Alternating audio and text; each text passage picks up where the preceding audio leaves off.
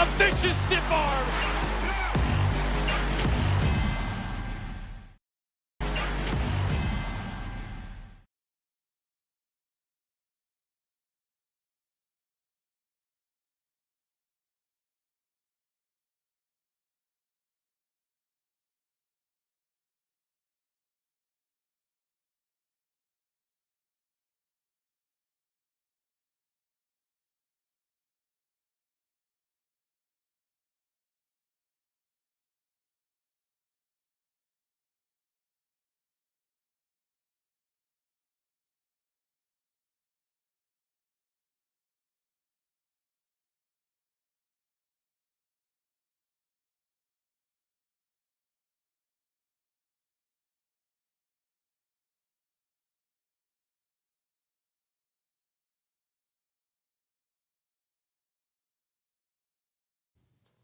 Hey everybody, how's everyone doing out there? You excited? I'm excited. This is definitely my favorite episode, so I'm pretty excited to talk to you guys about this one. Watched a little bit of it last night, and I'm gonna watch all of it with you guys today. So let's get ready. It's gonna be a lot of fun. Whee!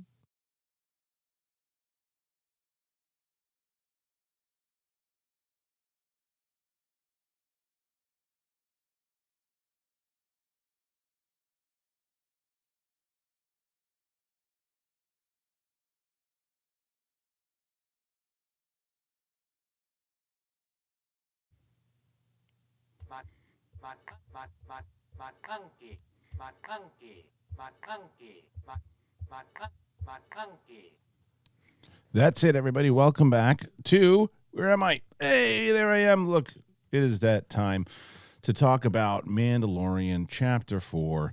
Chapter 4? Sure. Let's go back in time and talk about Chapter 4. Let's talk about Chapter 7. Deborah Chow returns. And what did I have? 6? I have 6? Oh, look at me. What did I do? See, I'm going to edit this thing. I'm going to edit this thing right. I'll edit it in a little bit. It's Chapter 7, not 6. You got it. All right. Everybody's telling me about this. You know what I'm going to do? Give me a second. I'm going to change up the title right now with you guys here. I'll change up the title because I put 6. I don't know why I put 6. I know why. Because I'm lack of sleep. Is that true? Actually, that's not necessarily true. I've been sleeping okay recently. The youngest is getting finally being able to sleep. So, but this is going to be good, man. Chapter 7. Of the Mandalorian, and man, did I really, really love this episode. I hope you guys loved it too. Am I high? No, not at all. Chapter 7, here we go. Ready to change it, and boom. Now it's chapter 67, even better.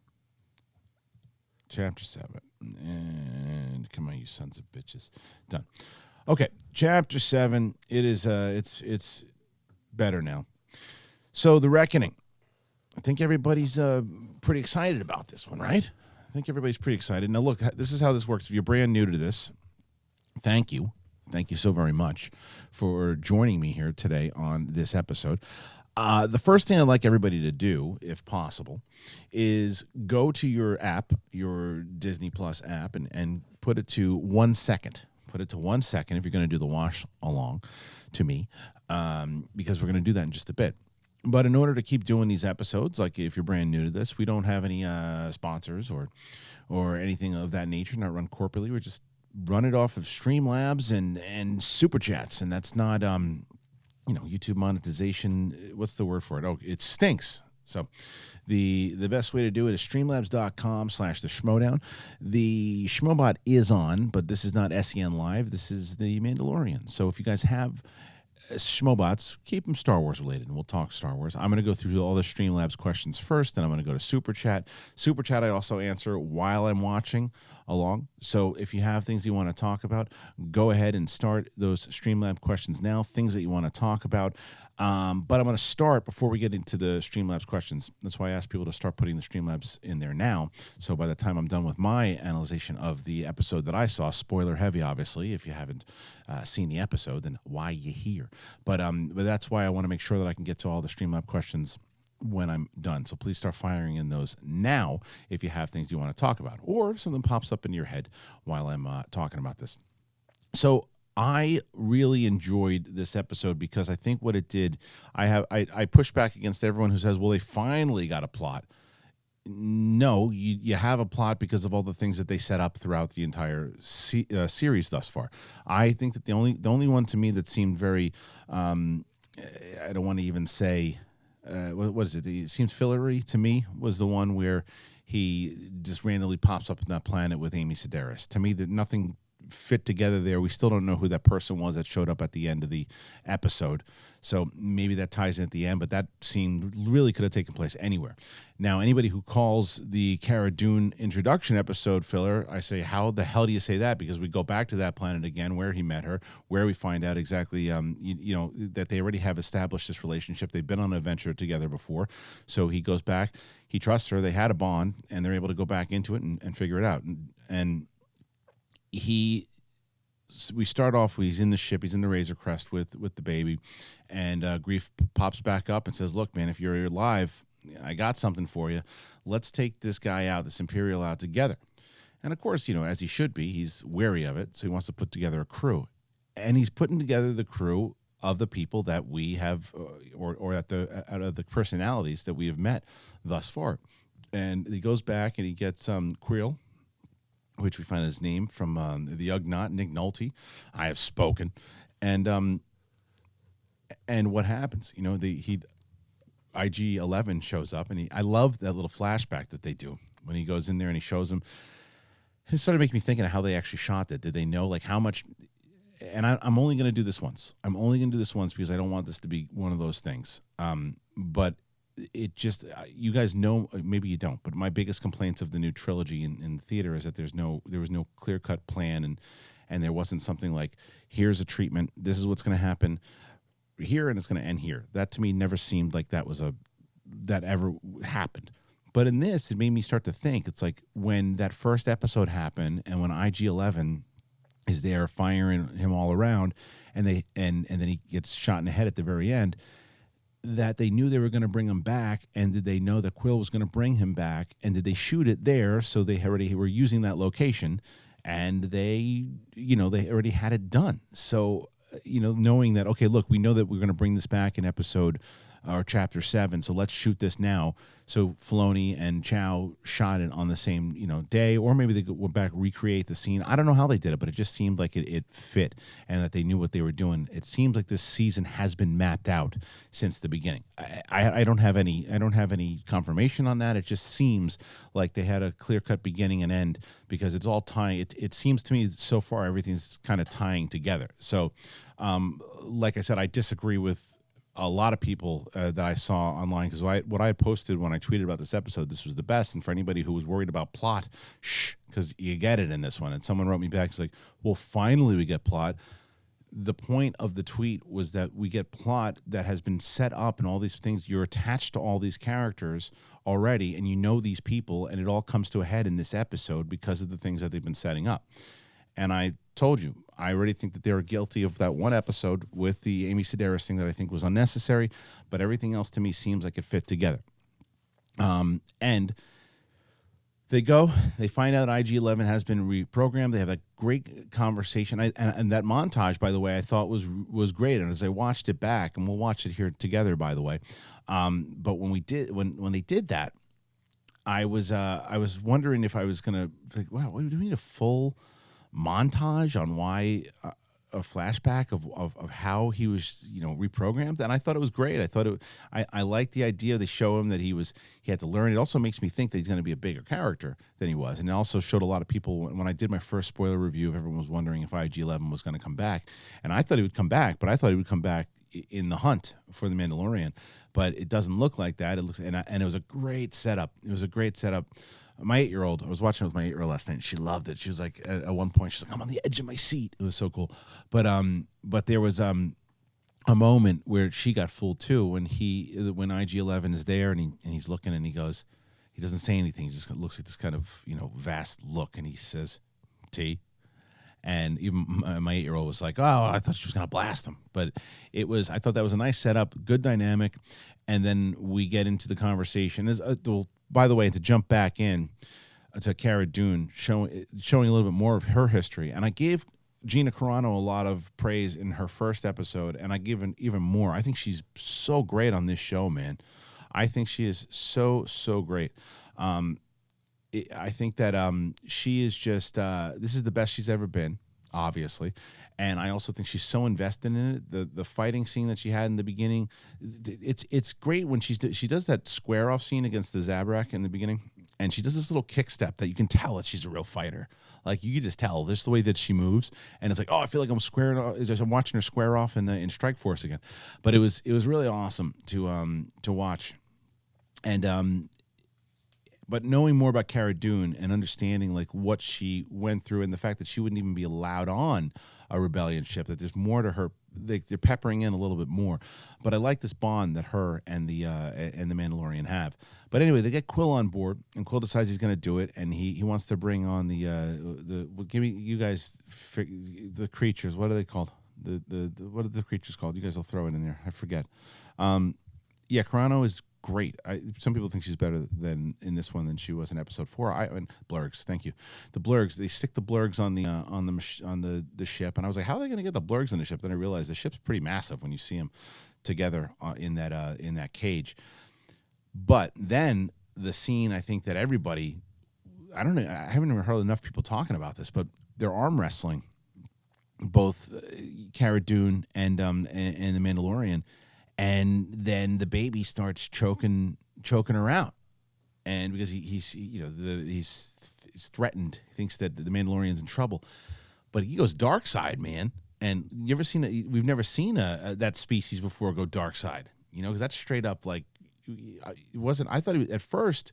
I think that the way that they set it up, that just set up really nice also, is he starts using the Force like, oh, he's gonna use the Force, and she's gonna either win or he's gonna use the Force to cheat, and the Mandalorian will win, but he's just choking her out, and she's like, that's not okay.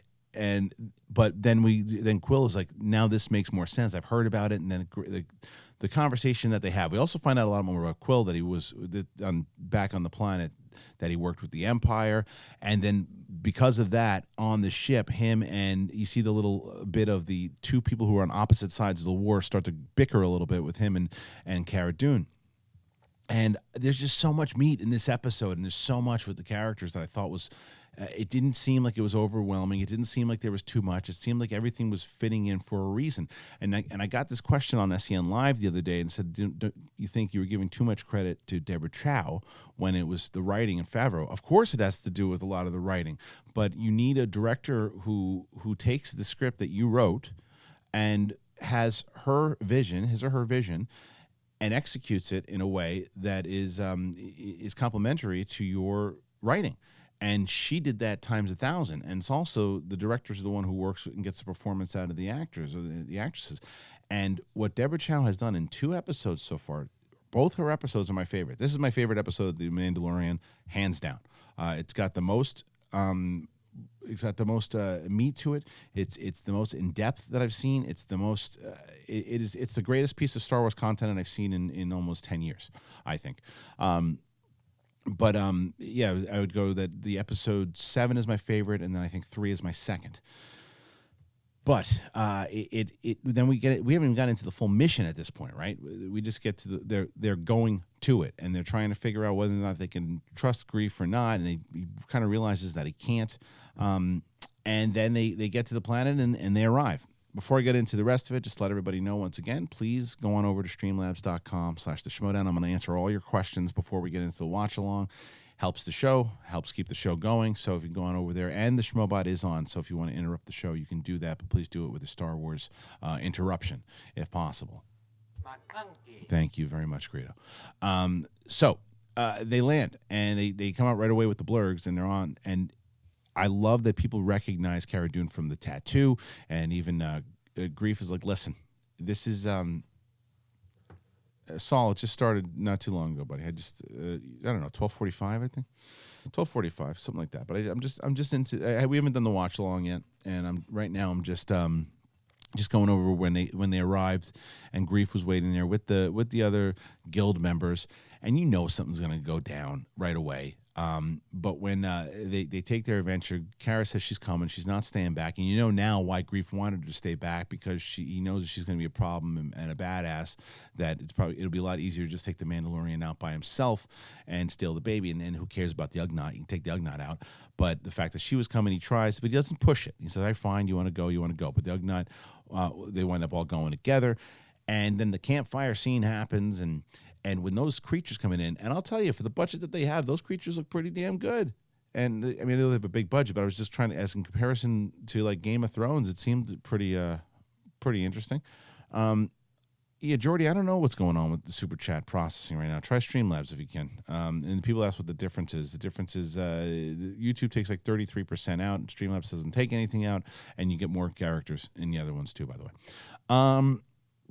But anyway, so the campfire scene, that was the one where I started to say, okay, this is what I think is going to happen. And when the baby starts walking over, I was like, he's gonna fix him up, and there's no way Grief can turn on him now. And luckily enough, that's exactly what happened, because he saves him. I got a big laugh out of the fact that when the baby walks over there, and Quill's like, no, let it happen, and he's like, he's gonna eat me. He goes and he saves him. And right there, Grief kind of goes, I can't do this. But then it all goes down, because after Grief turns on the bounty hunters, and he tells them straight up, and I really like the character of Grief Kargas, by the way, because he's just like, look, after what happened last night, I couldn't do this. You can kill me, and it wouldn't be against the guild stuff if you did it, but you need me. We got to figure this out. We'll go in there together. He's like, give me the kid. I'll go in there and I'll do this. And like, we're definitely not going to trust you with the kid now, but we'll go. Why shouldn't we shoot you? I don't know. But Mandalorian goes, no, he's right. Let's do it. Let's walk there together. They go together, and Kara's like, I'm going with you no matter what. And then he tells him there's 4 stormtroopers. There's like 400 or whatever it is. And they go through, they have that conversation. The only thing that I was like, guys, you want to be a little bit more subtle. Like, they're right near the stormtroopers, and he says, he's like, the stormtrooper wants to pay him Grief to put the helmet, to take the helmet off of the Mandalorian. And he goes, that's going on my wall. And right in front of the stormtrooper, he looks, he goes, your wall? He's like, go with it. It's like, the guy's right there. It's like, be a little more subtle, will you? But either way, then they go, and then they meet with, this part bummed me out.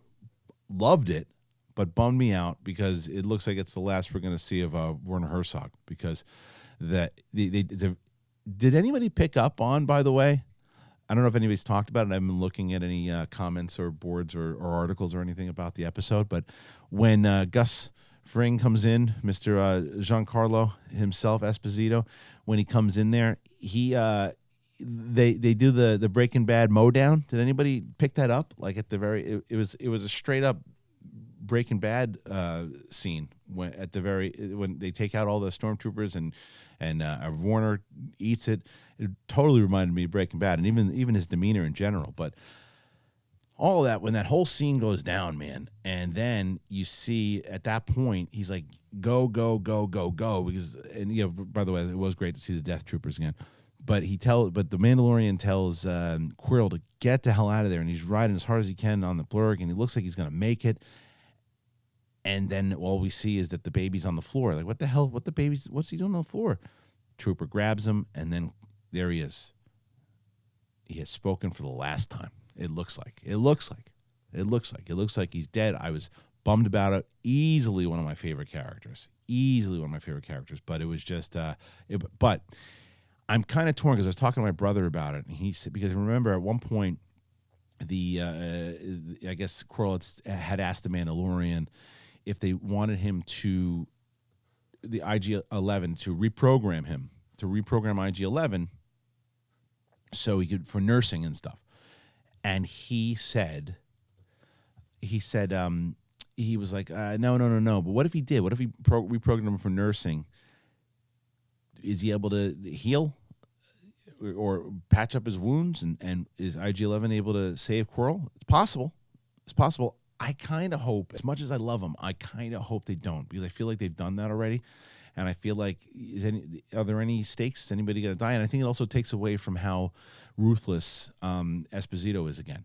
Like, it's just like and showing the Death Troopers and showing what the Stormtroopers can be and getting me back. And because remember, the Empire's toast at this point, so this is kind of this ragabout group of Stormtroopers and Imperials that are out there causing havoc.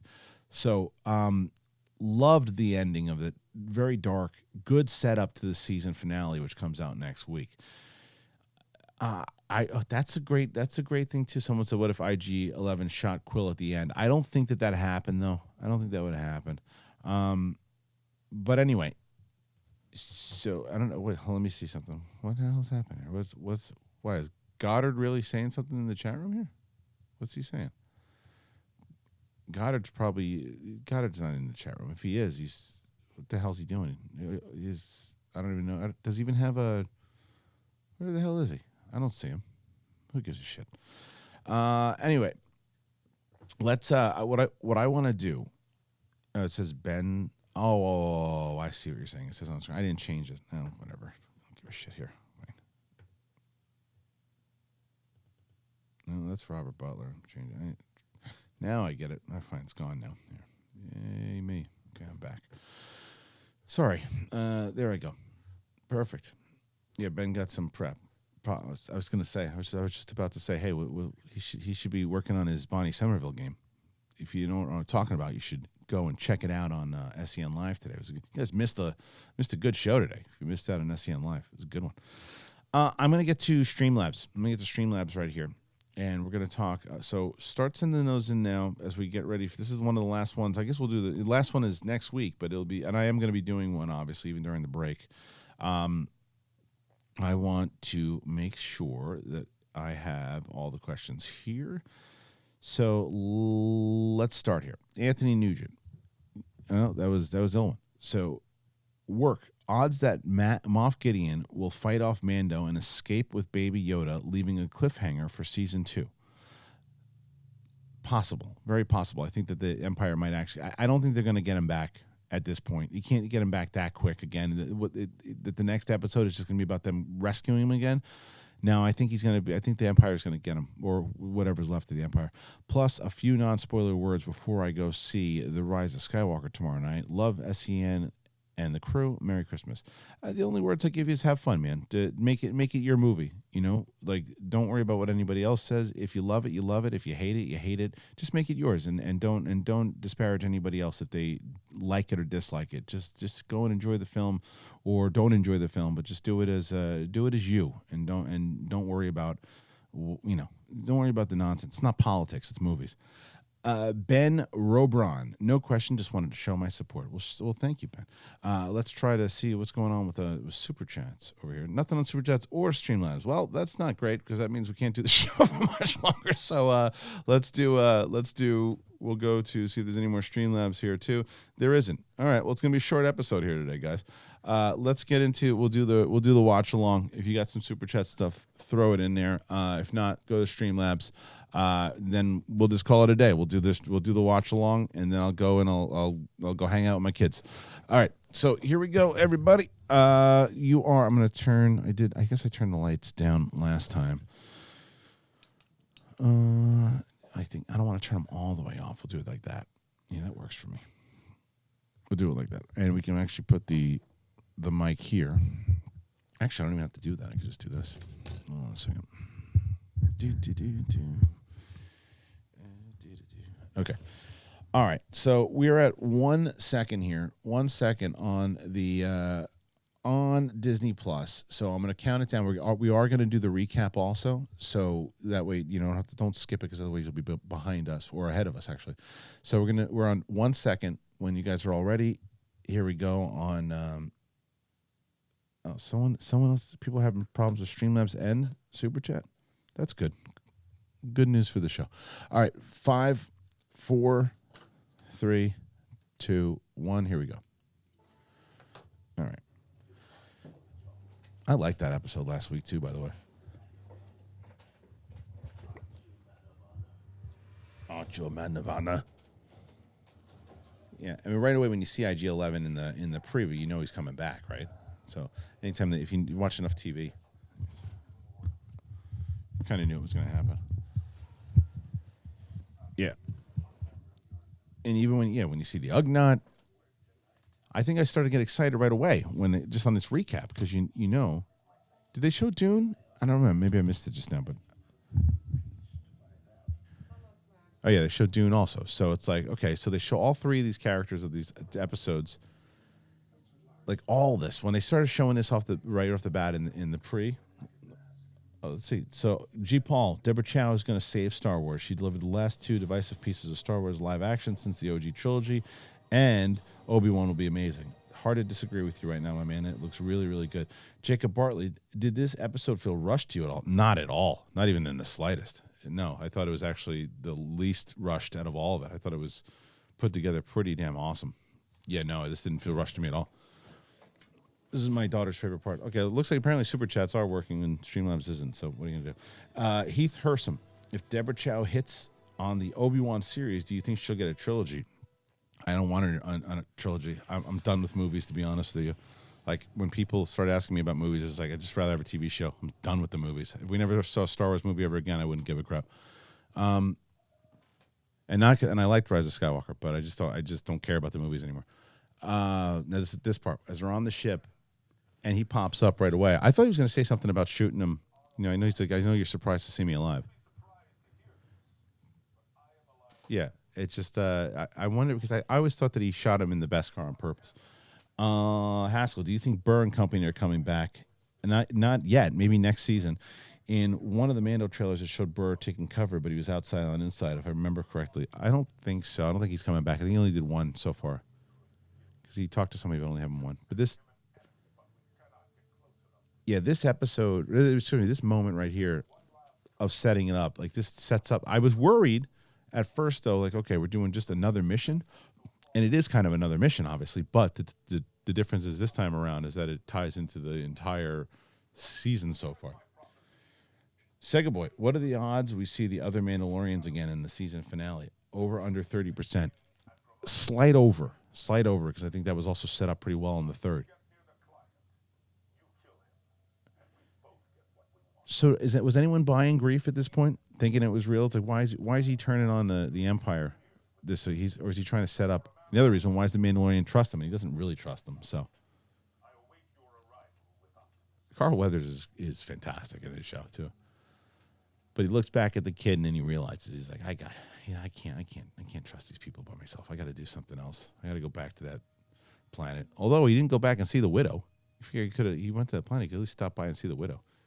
But alas, that wasn't in the cards for this script.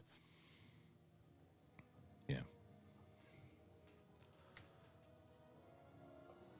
Locks it in. I love that they keep using the old school grid, man.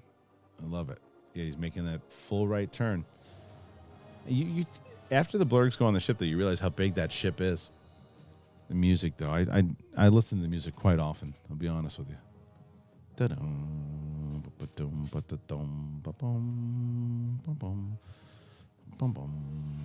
Yes, totally is a space western, no doubt.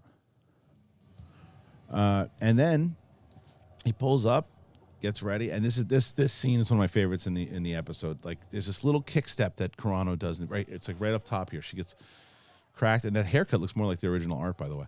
But anyway, so she's ducking. It's this little step right here. Watch this. Look at that. Look, it's like you do not want to mess with Gina Carano. And I love she was one of my favorite MMA fighters when she was fighting back in the day. But this, and I like the way they set this up, this little fight system here too. And this Abrak is a good fighter, but you ain't gonna take on Cara Dune. Yeah, and she's like, you can tell she enjoys the combat of it. And she knows that she's got him, though. She knows she's got him here. Yeah. Those moves. And this was why I thought the main reason that they were going to have Carano with not giving her a lot to say. But, boy, has she proven me and a lot of people wrong. And, yeah, this is cool, too. This little game. I tap out, but I just break the thing. What did she say here? Mother or something? What did she say? Pay up. Mud scuffers. Was that what she says? Mud scuffers? Jackwagon 59. Do you think Queel is really dead? IG-11 will flip. Yeah, I don't know. I mean, that's the thing. I'm torn. I kind of want them to stay dead because I want them to make things final, but I also love them. It's Nolte, man. Yeah, no, this is when we learn a lot more about Toronto, or Cara Dune, excuse me. This babies.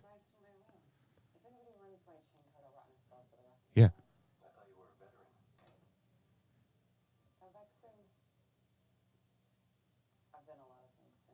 Does anybody have problems with Toronto, or is everybody feeling like I do that she's got she's got the goods in this show? I think good for her. I also would love to see like if she's been working on it, if she was taking acting classes, like what she was doing, because she's good, man. She's invested. And yeah, see, people really like her too. I'm digging it. What mud scuffers? Yeah, that was it. Yeah, everyone's digging Cara Dune, man. She's my daughter's second favorite. Likes Mandalorian first. Yeah, I do see. This bond that they already have, this respect that they have, these two together, because he's just like, that's his problem. If you can't, we got to go somewhere else now. And everybody loves his collection of blasters, man. Yeah, like she's definitely a warrior is gonna love that setup. And the thermal detonator, grab one of those suckers. Yeah, yeah, she's very excited about these blasters and whatnot. Yeah, see, I mean, she said right away, do you trust him? No, and he shouldn't. He's not an idiot. I'm checking in, see the double, making sure the Streamlabs is working this time around. Is it? It is. No, I can't put my glasses on. I don't have them right now. They're in the other room. It's fine. But I have Super Chat is on. I'm reading them throughout right now. So, and this is also great. And I like that they didn't do the cliche thing where she like falls into his arms and he like looks at it. It's like, no, they're both just. This is amazing. He's just rattling around the ship, steering it like a lunatic. And she says, somebody go watch that thing. She calls it a thing, I think, twice, right? Yeah. Somebody's going to watch that thing. And he doesn't even really wind up watching him. He just winds up coming with them and I guess watch him for a little bit. But yeah, we agree, Gina. But I will say this. Even though I don't like the episode, why did he choose Quill and not Amy Sedaris? Why wouldn't you have Amy Sedaris watch him? I guess maybe, I don't know, maybe because what are you going to do, take those stinking droids with you too? You're not going to leave him there. Because if you leave him there, then another bounty hunter could find him. You come back and you got a whole new thing you got to worry about. And Quill's he's got a respect for Quill, and he wanted Quill to work with him. So I get it. But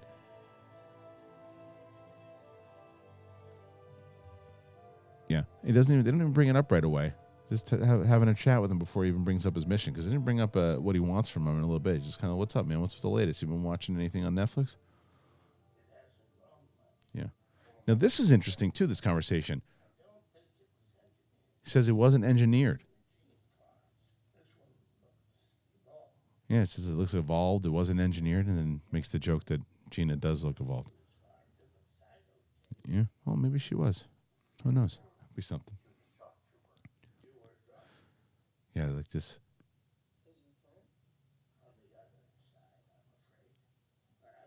I do like this. This is like we get a little bit more history of them because we've been history from the Mandalorian, and we knew a little bit obviously from Cara Dune, but this is great. Right here, where you got IG-11, and he comes in now, and this comes to the makeup inside of what they did with the Ugnaught too is pretty damn impressive. It just fits Nolte so well.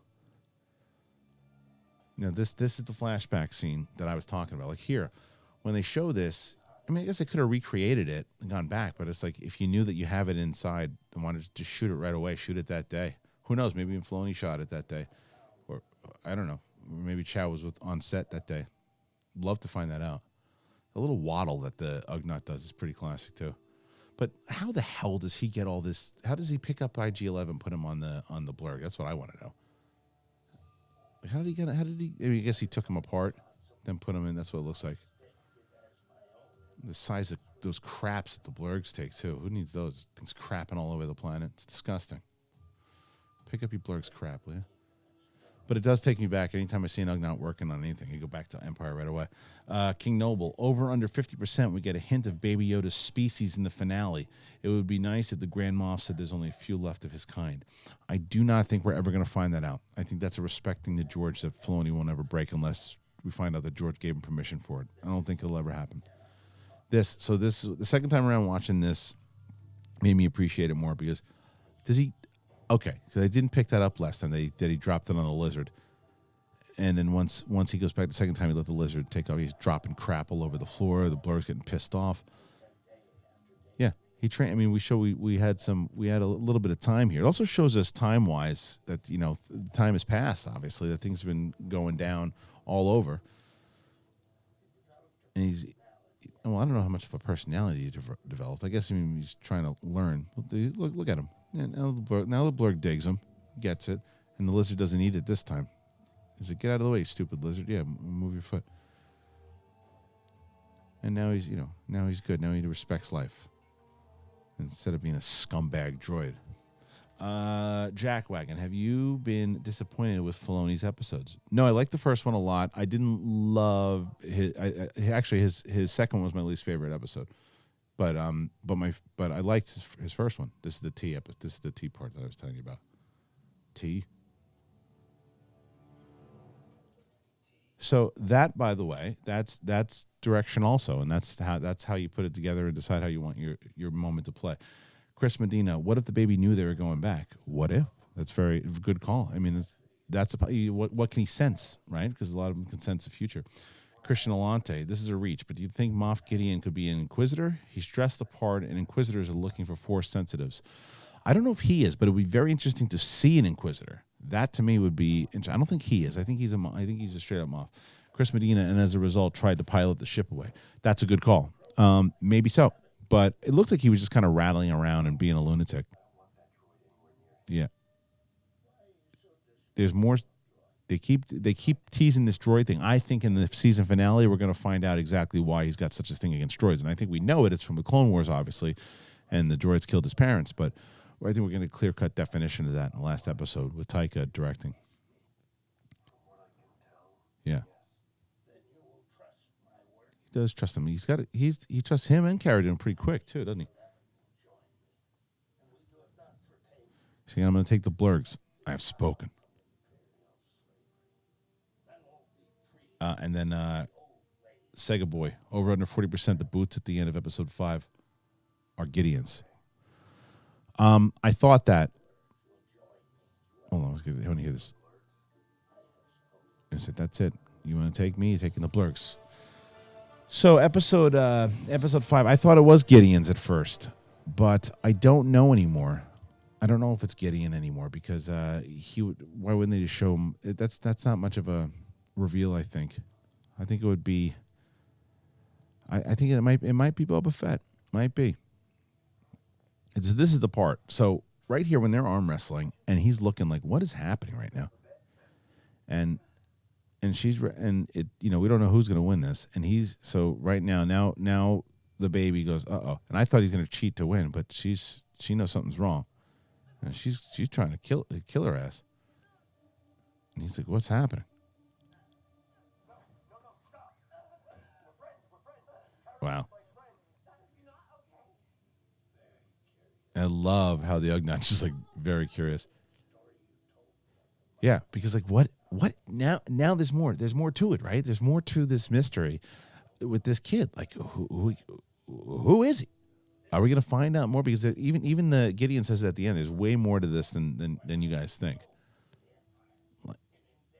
Like what is it? Like what's the overall plot and story now as we get really closer into it? Because now after this episode, it can't just be bounty hunting mission of the week because there's so much more now.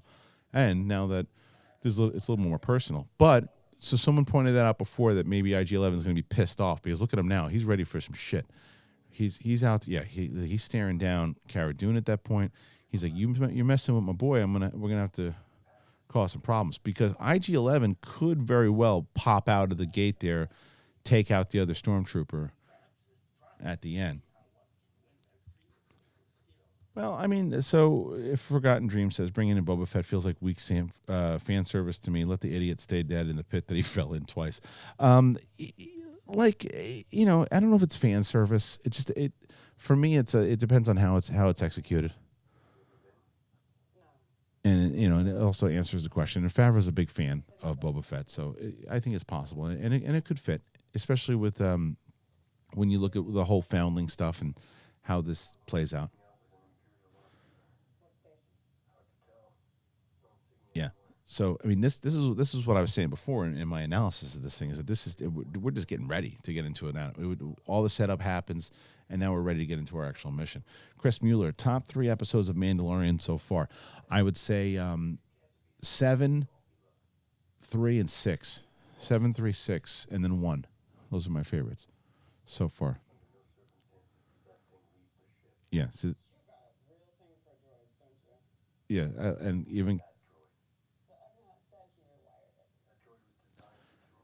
yeah. See, when this conversation, like he's just seen it before, man. This is why I think it's going to play into it. But the question is though, too. I mean, I know I'm jumping back to the end though. It's like, how the hell are they going to get out of there? And they might not. They might not. It might take place on different. Like the next episode might take place on an Imperial ship, and then an Imperial planet, which would be really cool. Like get to see a little bit more about what's going on with the Imperials, of where they ran to, what's happening. Go, the outer regions, unknown regions. Excuse me. So, and this is now where the meat really starts to come in. Jack Wagon, you're the best in the biz. I have spoken. Well, thank you, sir. You guys are the best fans in the world. And you guys have been very awesome in this in these comment section and everything too. I really enjoy doing the Mandalorian spoiler reviews and watch along with you guys. So I'm glad you're watching it along also.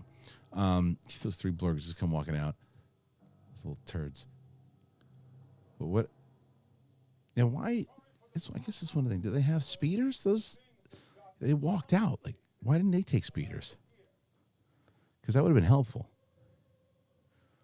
You got one guy looked like Triclops from He-Man.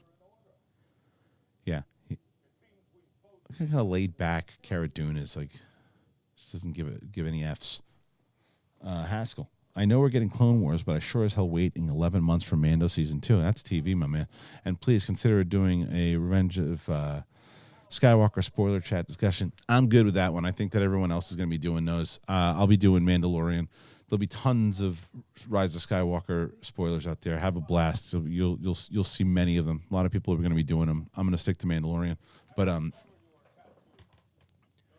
yeah, she just flashes that tattoo, man, and why wouldn't you? And I didn't think that the baby was going to be in this thing here. But there he is, lo and behold. And just from seeing him, how he could still betray him. Apollo, you're breaking my heart. You're breaking my heart. Clone Wars is week to week. That's true. I'm excited about Clone Wars. But, if you believe those rumors, we might get Afra this year, too. So, I don't know how true the rumors are, but you never know. Yeah. I like the way Grief speaks. He's got a very cool speaking manner to him. Yeah, and it's like because he almost talks like he wants you to know that he's pulling a fast one on you, but you got to figure out how to beat him. This whole planet, man, and I like that they go back here too when Krill's coming back at the end. The costumes alone of these bounty hunters, the bounty hunters. G. Paul. I would love a Game of Thrones type show, The Old Republic. And if we get a movie, then let's go with a small standalone film, not connected to anything. Agreed. I'm telling you, man. I'm much more. I've been saying it for like a year, but I'm even more so now. I hope Star Wars just sticks to television all the way through and does as many shows as possible and just does television. I'd go with it all day long. I don't need. If I never saw another movie in the theater again, I wouldn't give a crap. Give me TV all day long. Joshua, sad that Krill's gone, but happy Disney has the balls to do it. Well, we'll see. Don't get upset at them if they don't, because it's very possible that they might not keep Quill alive. I mean, we'll keep him alive, But he's got this little bond. I would like to see the bond with the baby stick around a little longer. Yeah, and they're talking about it. This thing, they really to pay a king's ransom for that little thing.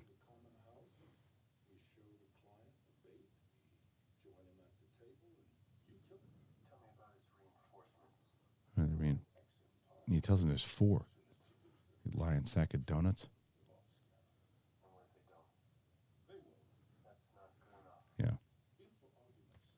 Yeah, because at this point, he's telling him, he's like, it doesn't really matter. In his head, he's like, it doesn't really matter, dude, because I'm going to kill you before we get a chance anyway. I'm just going to take the baby. So these guys are going to help us out. And they're like, oh, yeah, okay. So we're going to tell him.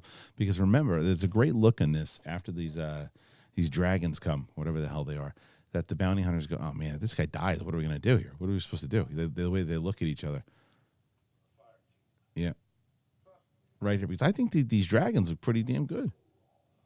Yeah, awesome. Yeah, I didn't realize he swiped them right there, too, by the way. That's where he got hit. And then they got one of the blurgs, right? And right away he covers them up. Yeah, smart move there. Otherwise it's going to be food for those dragons.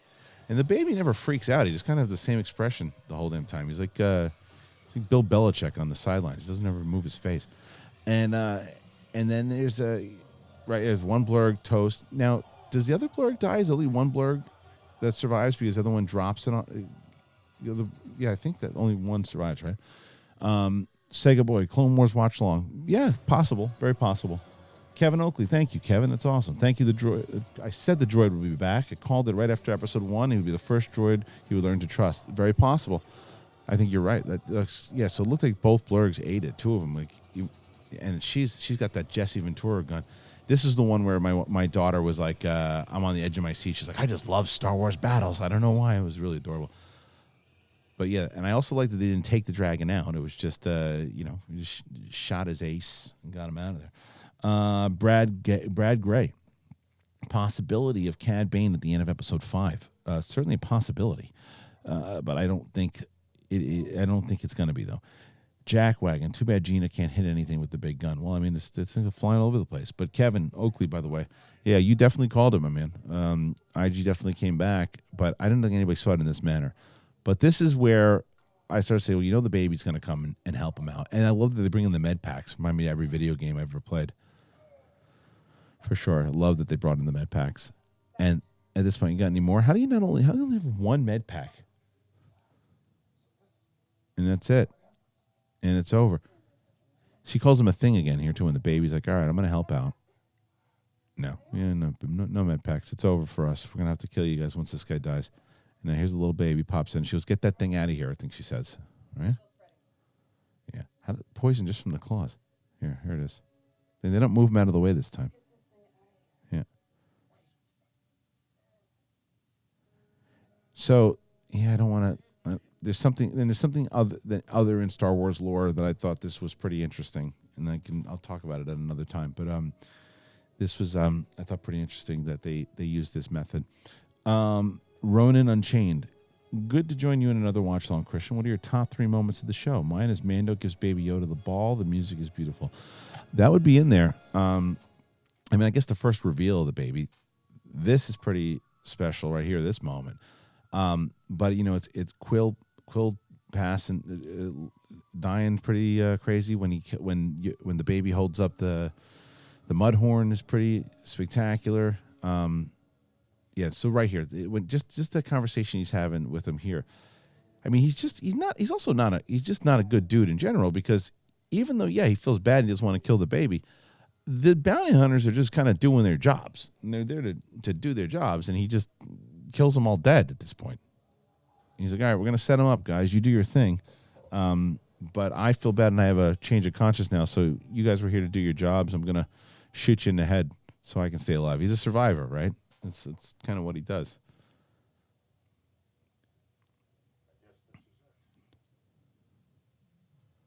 But he's also pretty lucky, though, that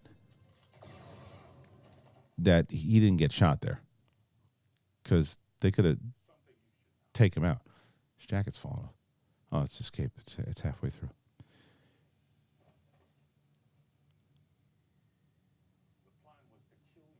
Yeah, I mean, thanks for being honest. Got to change your heart. The little thing saved your ace. And the dragons almost dragoed your ass, but you felt bad about it, and now you know. But you got to give him props. You got to give him props. He's trying to eat me was pretty awesome. It's pretty funny. Is anybody else digging Gina Carano's hair, or is that me? Yeah, but that's a bad pitch to say, let me take the. You just did all that. Why in the world are they going to trust you, even though you're probably genuine at this point? But come on, I'll go. And I like how she's a very loyal soldier, isn't she? And she likes to fight. She likes to scrap. So I only mentioned 2 moments. I mentioned a couple moments. I'll do more of the moments in a second. I want to talk a little bit more about this episode. Keep the super chats coming in. Fire them all in, and I'll as they fire up right now, guys. I'll read them right off through the actual watch along. They should have done this in the first place, though. It's like, I guess maybe because they didn't. I don't know. They should have kept the baby on the ship in the very first place. But someone had mentioned this, I think, on Twitter. If he's got this system, where another one of my favorite moments is when he almost sets the Jawa on fire. Love that moment. But if he has this system, how come he didn't put that on to protect the ship from the Jawas? Maybe he just didn't think there were any Jawas or anything. He wasn't thinking about it. Yeah, but now he's got to move, man. Yeah, that's going to be a tough one. It's getting back on that blur along. They should have just stuck that thing on the ship from the get go. Yeah. People do like it. People do like her hair. I dig her hair. Let's see.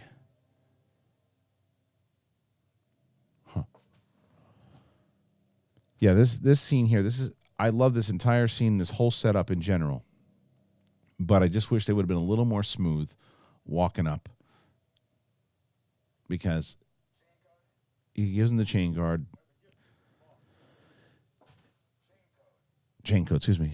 and then they're not being trying to be discreet. It's like at one point this guy should have moved over to the right. So what is he? I'll give you how much for? How much are you gonna give him? I forget. Credits. Gonna give him money for the helmet. Yeah, now walk away, Stormtrooper, so you can't hear this. You just said something right in front of him. What a stupid Stormtrooper he is. She said, "What'd you say? You guys working together? This is all bullshit. Kill him." But no, it's not what happened. Yeah, and now they're walking through and they okay, something's going on here, because this isn't 4. There's 4 outside. You think Cara Dune's going to survive this entire show? It's also what I like about this show, is that that a lot of these people can survive because they don't tie into any of the movies or anything too. So it's like, who knows what happened to him? Man, it breaks my heart now watching Quill, knowing what's going down. He's got halfway through, but that's my point. Is why didn't the bounty hunters take any scooters with them? They took a scooter. You could have taken one of the scooters back, and it would have been fine. Did they mention why they didn't take scooters? I don't know. I'm not sure. I like to go back into the actual cantina that a lot of this kind of took place in the first episode, sitting at the same booth that Grief was. He's so good, man. Werner Herzog, so good.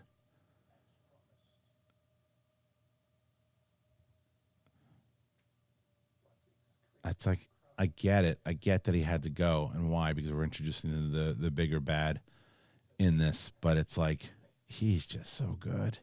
He's just so good.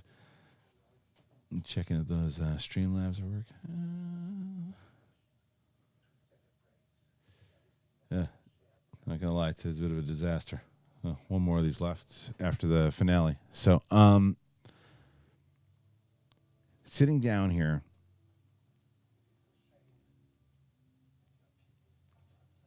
And, you wonder how they're going to get out of this in general.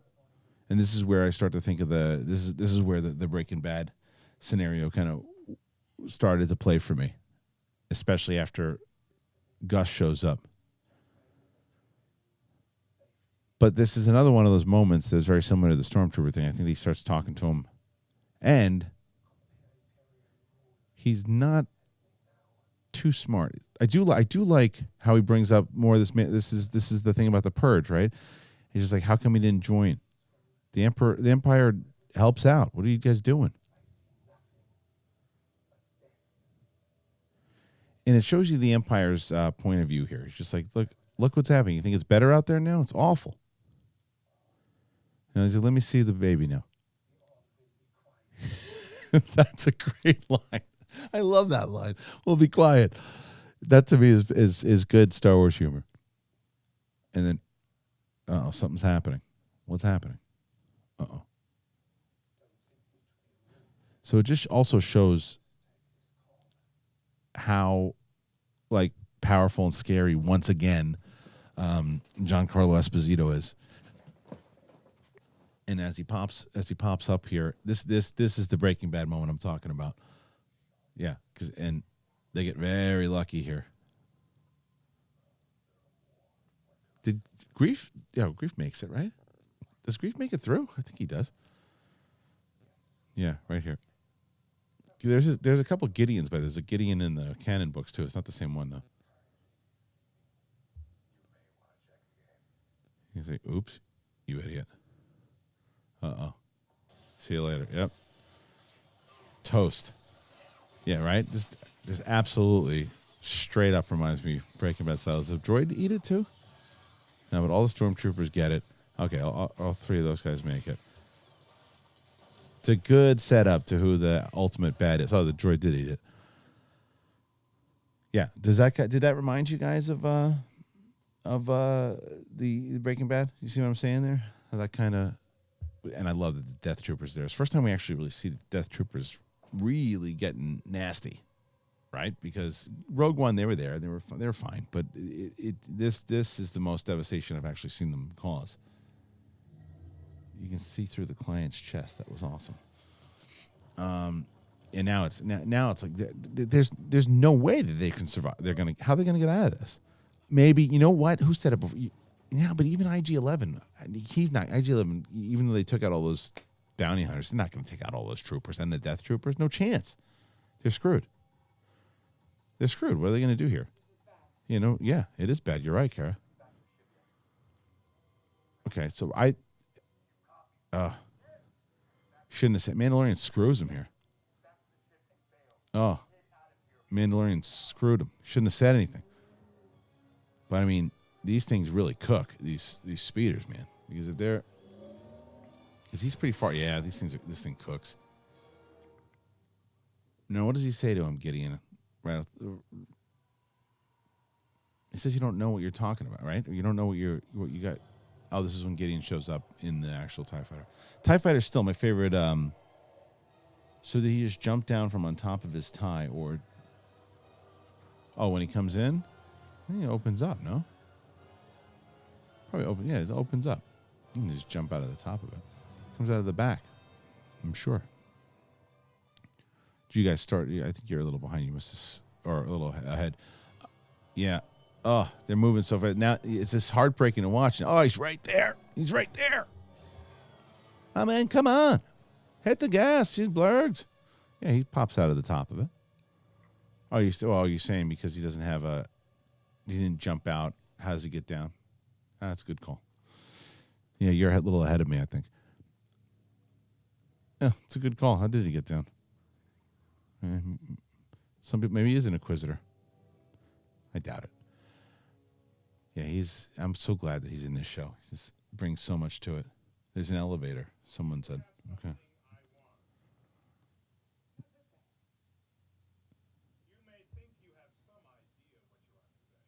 You have no idea what it is. It's great. What is it? It's like, yeah. Now, did he get him already? No, they didn't get him yet. Oh, he's still moving.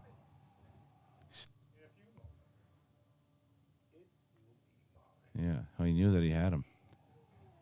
See, at this point, though, they're not getting him back this season. They'll get him. Boba Fett's going to come help. I don't know why. Maybe not. But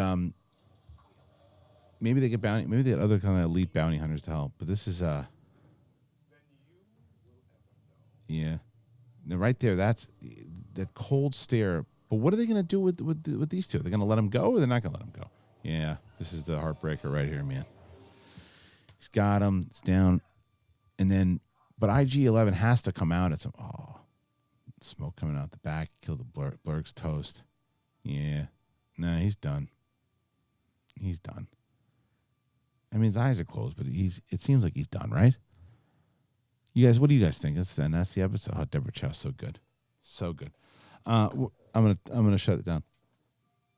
The music, and I like the choice of music that they used today too, because it's not like, it's more like sad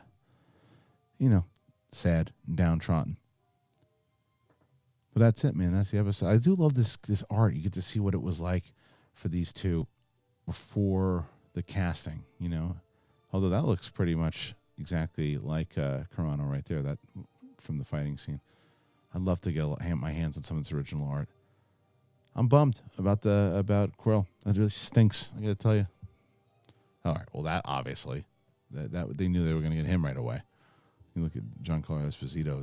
That art looks just like him. All right, so that is the episode. That's the overall watch along. Now his body was smoking. Not a great sign at all. Okay, seems to be like a little bit of a slower day, ladies and gentlemen. That's okay. Holidays are coming up. I get it. So I'm gonna go through some of these Streamlabs, and then I'm gonna go to Super Chat, and we will call it a day, ladies and gentlemen. So let's start with Ben Robron. Bruce Leroy. I was expecting IG-11 to save the baby. I think he's going to save the day eventually. Do you have any predictions? I think he will wind up getting involved in helping the Mandalorian and Cara Dune somehow. I don't know if he can take out all of those troopers, but I do think that the baby's going to go get taken by Gideon for sure. Michael Dingus. Hey, this is my favorite episode so far, I think. Here's a little donation. Well, thank you, Michael. Sega Boy, what are the odds we see another Mandalorian in season finale? I think that is very, very possible. They set it up pretty well.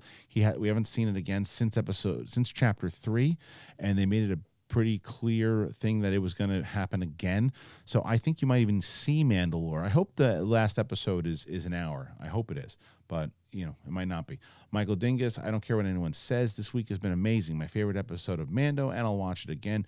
But it's looking like my favorite Star Wars movie as well. Good for you, Michael. That's awesome. Congratulations. I'm glad you're having a good Star Wars week, my friend. Suge Knight 323. Put your glasses on. I don't have my glasses. Don't know if you talked about it yet, but how about the baby force choking? People say that Jedi don't force choke, but Luke force choked in Return of the Jedi. He did. That's absolutely right. He did that to the pigs, which I always call them. I know what they're called, but I call them the pigs. Yeah, it's but no one says that this baby's a Jedi anyway. He even said, you don't even know what you're dealing with here.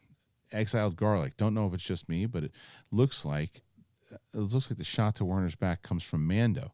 No, Mando doesn't shoot him. It's supposed to be you messed up. You just lost your job, dude. Same thing. Also, thank you for Scary Death Troopers. 100%. Best episode yet. Can't wait for the Taika finale. Yeah, the Taika finale is going to be something to see, man. I think because he's also pretty damn invested in it right now, right? Let's see. I'm going back to Super Chat. I think I got to a lot of them, but let's just double check to see. I don't want to make sure I didn't miss anything. I guess my top 3 favorite episodes. Like I said, the first favorite episode is this one. Then I go to number 3, and then number 6. Do you think Krill is really dead? By Jack Wagon 059. Yes, I do. Don't think it was rushed. And I think that's it for today, ladies and gentlemen. So I hope that you enjoyed the watch along and the review itself. What did you think? What were your overall thoughts of the channel? This is also Ham Media. Says happy holidays, Mother F's. Yes, happy holidays to you guys as well. Thank you all. Oh, yeah, you know what?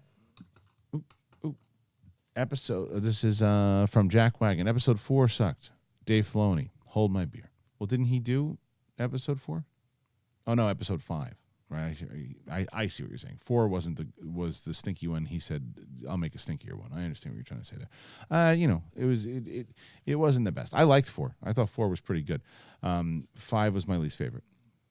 And then Haskell 420. Taika's known for the zany. Are you worried for episode 7? No, not at all. I think he understands what this is. What the whole tone is. He's not going to just change it and make it his tone, for sure. I think, ladies and gentlemen, that's the end of our show today. So I wanted to thank everybody for joining us. Thanks. What did you think of the overall episode? I know that we're going to come back here for the finale next week.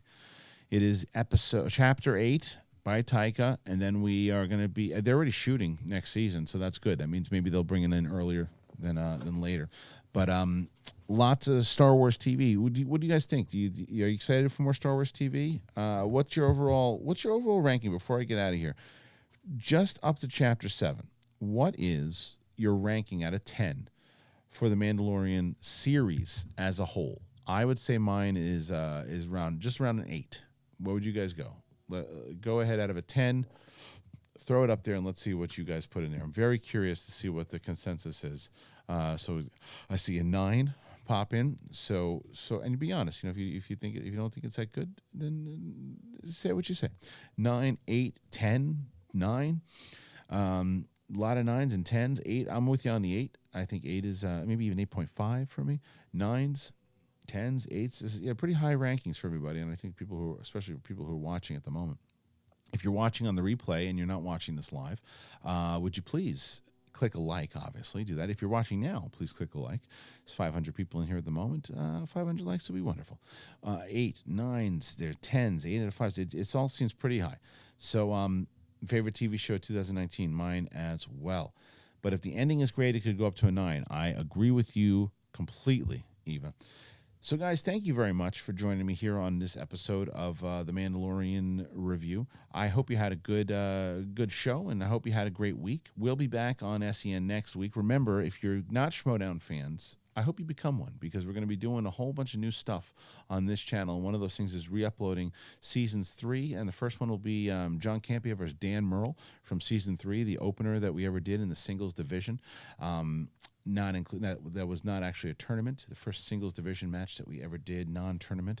So that will air, and we're going to air a whole bunch of different matches. So we'd love for you to get on board and start watching from how it kind of began over during those days. And I hope you enjoy it, and I hope that you guys will join us either in January for the awards or the draft, January 11th at the Comedy Store. If you're going to be in the LA area, the SchmoedownLive.com. We're going to be in New York on January 25th. Andrew Guy versus Burnett, and then Mara Kanopik tries to get her belt back against the current champion Kevin Smets. And February 29th, we're going to be in Atlanta. So the SchmoedownLive.com, I hope you can check it out. And yes, please, you can join the Patreon today. You can vote for the awards. If you want to nominate, you can go to patreon.com/Schmoedown. Thank you guys so very much. It was a pleasure to be here with you today. We'll see you next time.